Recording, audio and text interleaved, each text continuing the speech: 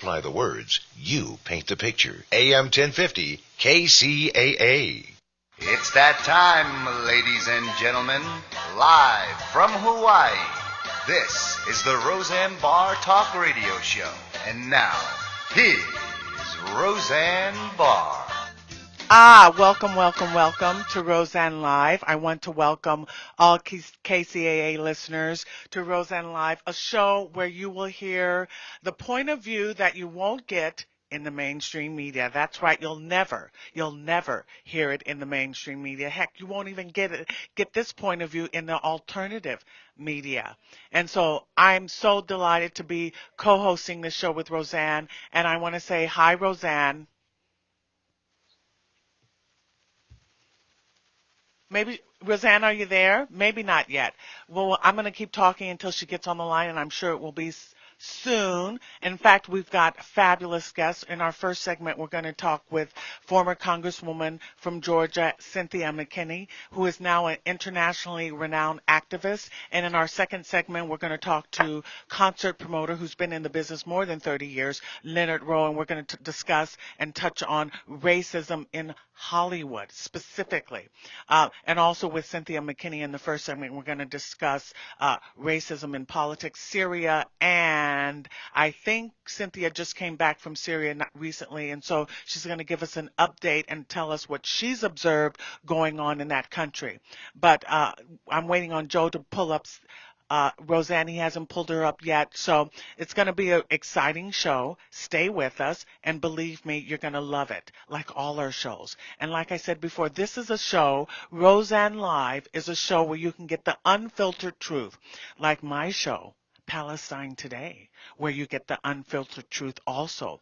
That show airs on Saturdays at 11 a.m., and my co-host on that show is Harry Fair, British correspondent Harry Fair, who was a guest on this show a few weeks back with British correspondent Alan Hart, and now we have Roseanne, and I'm excited. Hi, Roseanne. Welcome. Hi. I want to say, hi, Roseanne. Welcome to Roseanne Live. Isn't it? It was hard getting in there today. Well, I know. Thanks to you, Kathleen. I never have too much anxiety because you're a fantastic host. Oh, you're so sweet to say that. I just have all the anxiety, huh? No, I'm kidding. Now you get it. Well, you know, we're excited. I was just mentioning that we're going to have a fabulous show with Cynthia McKinney in the first segment and Leonard Rowe in the second segment. And I know that you are a close personal friend of Cynthia McKinney. She was your campaign manager when you ran for president. Do you want to talk about that a little bit? Yeah, but first, I want to give it some context. So I think we should let Cynthia talk about what it's like to be in government first. Okay, so let me give you, before we bring her on, let me give you some background. Let's give KCAA listeners and Roseanne Live listeners some background on Cynthia McKinney. For those who do not know Miss McKinney, she served 12 years as a member of the United States Congress House of Representatives. She was elected 6 times by the people of the state of Georgia. As a member of Congress, Miss McKinney tackled tough domestic and international issues. At home, she became the tireless defender of her constituents in Georgia, as well as the poor, the middle class, farmers, students, and veterans, and she produced results. Ms. McKinney authored the legislation that authorized the disparity study that found that black farmers in the United States had suffered intentional and willful discrimination for generations. I mean, this is important, intentional and willful discrimination, and that segues into the issue that we're going to be discussing with Leonard Rowe. Ms. McKinney, serving in Congress, has become an internationally renowned human rights activist because of her readiness to step into the line of fire in order to achieve her goals. Cynthia has been stranded in international waters and rescued by the Lebanese Navy as she attempted to deliver humanitarian assistance to the besieged people of Gaza during Israel's 22-day military attack on Gaza. Palestine Operation Cast Lead. Her autobiography, Ain't Nothing Like Freedom. So, welcome, Cynthia, to Roseanne Live. Hey, it's great to be with Roseanne again. Yay, Roseanne! Yay, Cynthia! You have the most brilliant political mind of any person I've ever met. I wanted to say that. The way you tie things all together is brilliant. How did you survive being in Congress? That is the question. That's the ultimate question. And clearly I didn't survive, or otherwise I would still be there. The reason I didn't survive is because I acted out of conscience, and I voted the way I thought that my constituents needed to be represented. I comported myself with the way that on the issues that I thought were important to not just my constituency, because as you know, sometimes the majority of the people can be wrong. Right. And so then at those points, and I found myself learning, because I wasn't always, at first it was, I'm going to reflect them. But then it's clear that when the majority of people are wrong, what then is required of those who have positions of authority? Right. And it's leadership. That's what's required.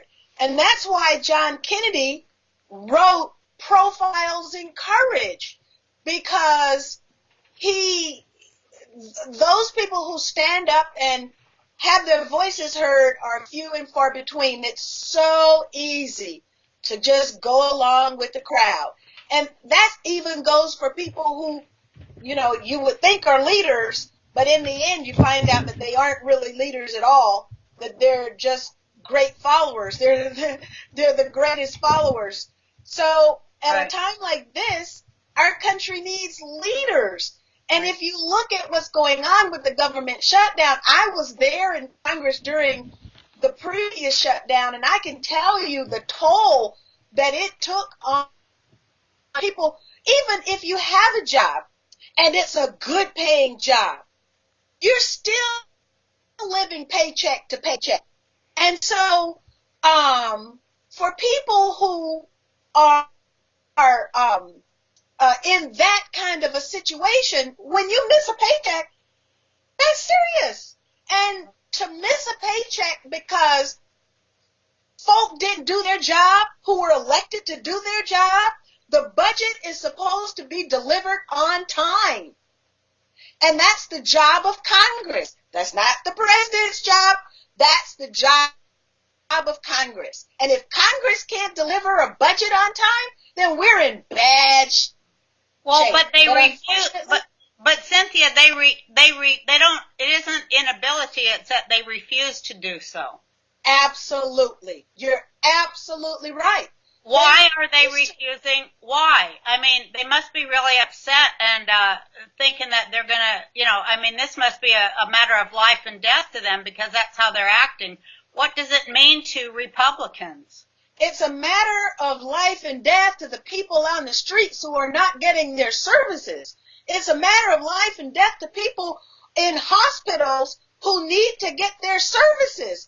And, we're beginning to hear horror stories about people not just, not being able to make ends meet and having to borrow from friends and relatives in order to make this stretch until they do get their paycheck, because they will get their paychecks once the budget is passed. But you see, when the Congress votes on a continuing resolution, all a continuing resolution does is continue the funding for the programs. It does not make hard decisions. When you vote on a budget, those are hard decisions that are made about who's going to get what.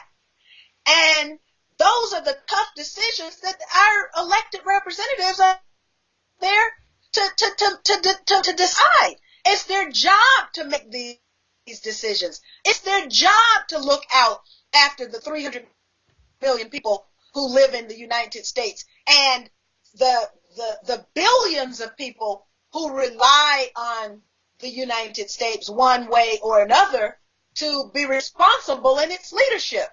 This is the height of irresponsibility, and it can be laid at the doorsteps of the Republican National Committee and the Democratic National Committee. Thank you. Well, I mean, I'm sorry. The Republicans are intentionally not funding or they are intentionally shutting down the Congress because they do not want Obamacare to be enacted. They don't want Obamacare to be funded. But you're saying both parties are at fault, so explain to us why it's both parties. Well, the Democrats have the majority in the Senate, and the Republicans have the majority in the House. When a piece of legislation, any legislation, including the budget, when it's passed, then there are committees that are selected that hash out the differences. Those are called conference committees. And so when the House passes a bill, the Senate passes a bill, then it goes to conference, and then the conference committees hash this all out. Democrats and Republicans all are hashing it all out, and then you come up with a bill that both chambers of the Congress can accept. That process is completely broken down. It's completely broken down. Now, when the people of the United States need their elected representatives the most, they're nowhere to be found. There is always a way to find some common ground on something. Right. For these Republicans to say that we're not going to abide by the law, which, of course, it's not my choice. I would have chosen Medicare for all. Right. If I had been there to vote, I would have voted for what they call single payer, but it's really Medicare for all. I look at my mother. She goes to the doctor. She has no problem.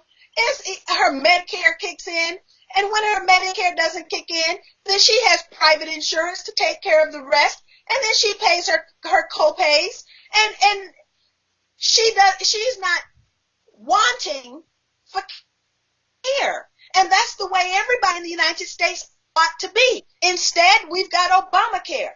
Obamacare is the law of the land. So just as the president is wrong when he says that I'm not going to abide by the provisions of this law, right, which he does through executive orders, the Congress is wrong when it says, or the Republicans are wrong when they say that we're not going to abide by this law.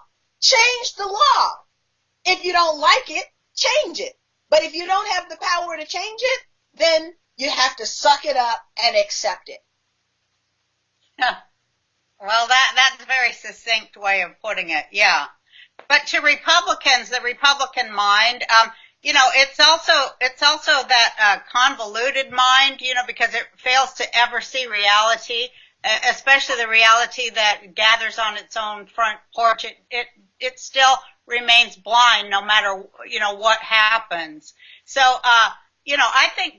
I think this is their heads, the entire Republican Party, it seems to me, has its head on a chopping block, because if, for the American people to really be shown and be clear about how and why they're really doing this, I think it spells the imminent end of the Republican Party in every way.